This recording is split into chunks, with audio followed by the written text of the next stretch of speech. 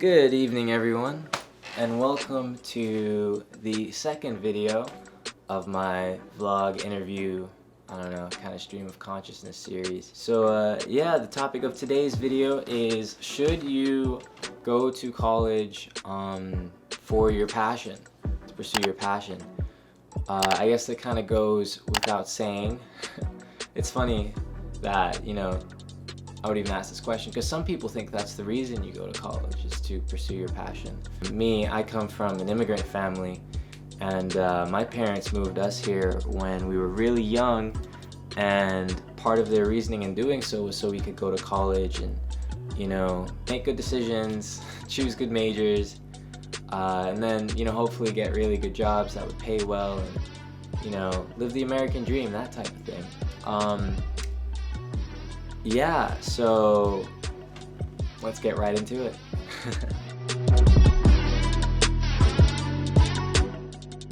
Alright, so yeah, just diving right in.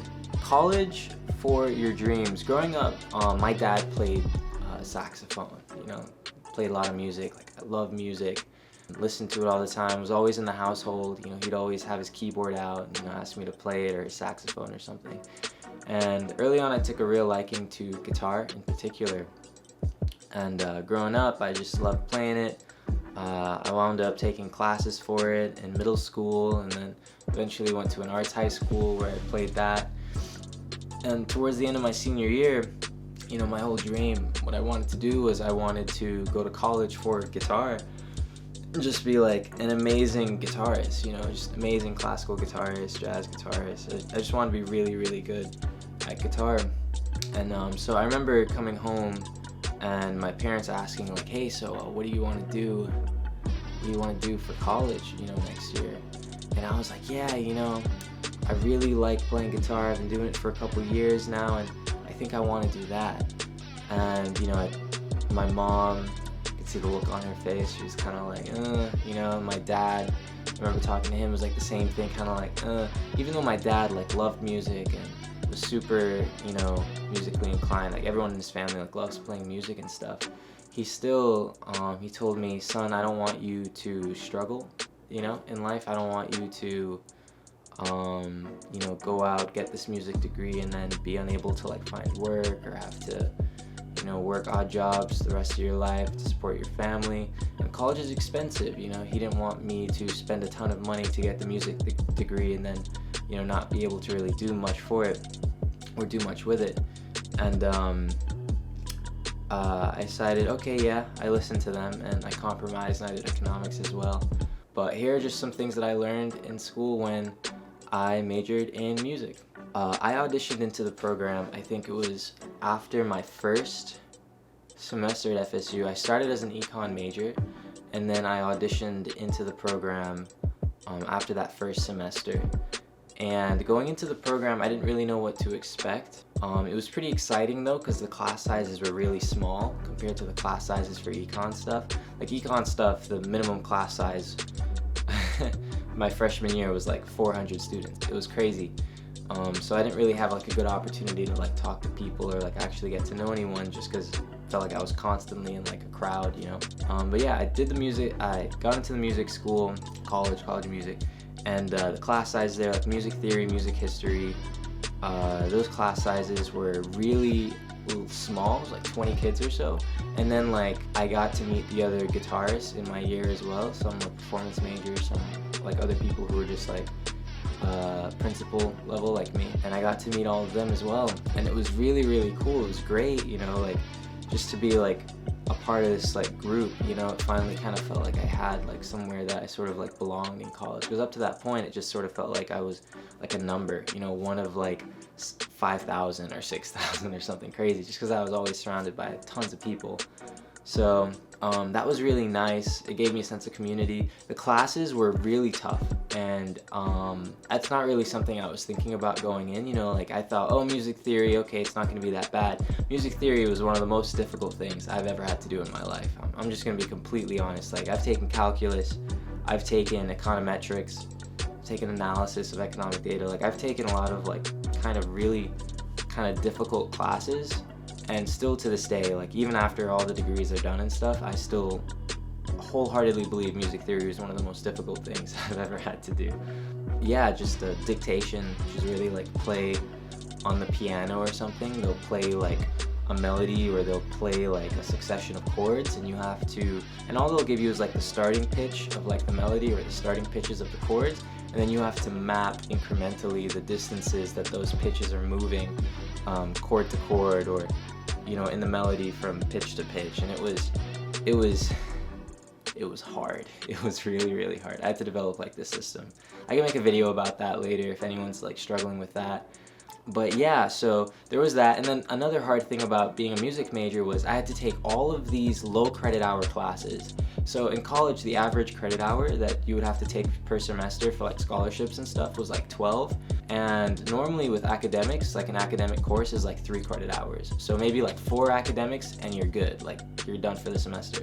But when I was majoring in music, I had a bunch of like 1 credit hour, 2 credit hour classes, like 1 credit hour ensembles that required a large time commitment. Like they were really difficult. Like I had to go and rehearse outside of the actual like class hours and learn the music, like dedicate myself to it. And you're a musician, you want to do the best you can, especially since you bond with the people in these classes, in these ensembles, and you really want to like perform, especially since you have like performances, that you have to do, concerts and stuff every semester.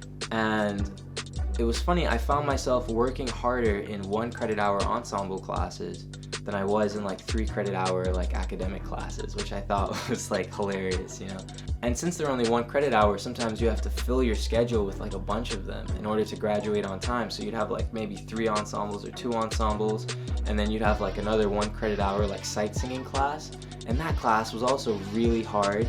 That was the class where like you did a lot of like the more heavily dictation-based stuff, where you were using your ear a lot. It was like a lot of ear training in those classes, and that stuff takes a lot of time as well. And aside from that, you also had, so you had music theory, ensembles, sight singing, and ear training.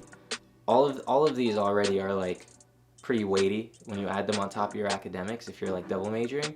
And then there was music history. Like there was like a intro to music history, is like how it starts, and then like they take you into music history 1 and 2 later on when you're like a junior or senior. And then after that there's like private lessons. So private lessons, music history, sight singing, air training, ensembles, and music theory are like the bulk of like the primary coursework for like music majors. And at least at my school, I went to Florida State, and balancing those classes against one another was already really, really hard. Like going from like trying to keep up with all your coursework while still having like private lessons with like a teacher, professor, grad student, whatever, and trying to get better as a musician, trying to put out work that's consistent, that's of high quality, and trying to impress your teachers so that you can get better as a musician, and that they'll give you better stuff, and you can just move on faster, just grow as a musician. Balancing all of that was really hard, and then when you add like other academics on top of it, it was also like really difficult there too. Eventually though, I kind of got the hang of it. I kind of figured stuff out, made some friends that were able to help me get through it all. Yeah, to be completely honest, the development that I experienced in that time while I was a student at FSU, while I was a music major, I was a music major for about 4 years, 3.5, 4 years or so. And I wouldn't trade that time for anything. It taught me more about myself and more about how my brain functions than any other thing that I'd ever done in my life. I learned how to memorize music very quickly, which has helped me with every other facet of life, whether it be studying for like a test in like an econ class or something like that. And it also gave me a lot of confidence. Playing on stage in front of a lot of people several times a semester sort of builds within you this ability to, perform. And performance ability is really great, especially for like test taking and all that jazz. So no regrets there. I made a bunch of really great friends, and I thoroughly enjoyed it. I think to wrap up the video, I'll say this. since I have no regrets. I think that it's 100% a great idea to pursue your passions in college. There is something to be said about the work that's required, not only during but after.